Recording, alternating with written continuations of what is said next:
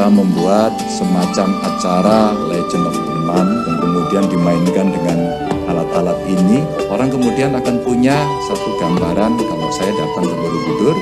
Pada saat itu saya akan menikmati yang jenis ini, jenis itu, tempatnya di sini, tempatnya di situ, dan menjadi sangat kaya.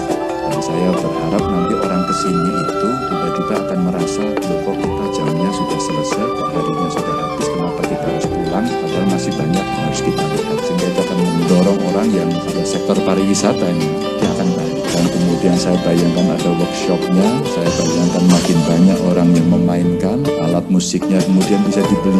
Saya membayangkan kolaborasi berikutnya, dan selalu akan ada konser besar tiap tahun. Saya hanya menyampaikan terima kasih, mudah-mudahan kalimat pendek itu bisa mewakili semuanya, karena saya tidak punya diksi yang lebih bagus. Anda itu semuanya. Assalamualaikum warahmatullahi wabarakatuh.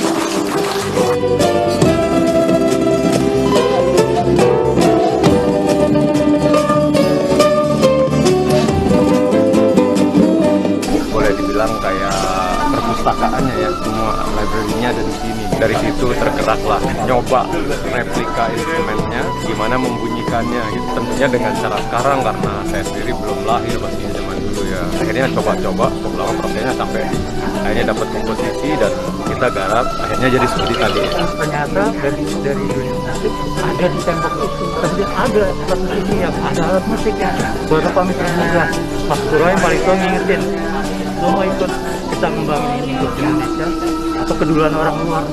Untungnya kalau nggak lucu kan tiba-tiba negara lain, oh di sini ada gitar bentuk ini dibuat. Alhamdulillah kita nggak kecolongan dan kita bangga banget.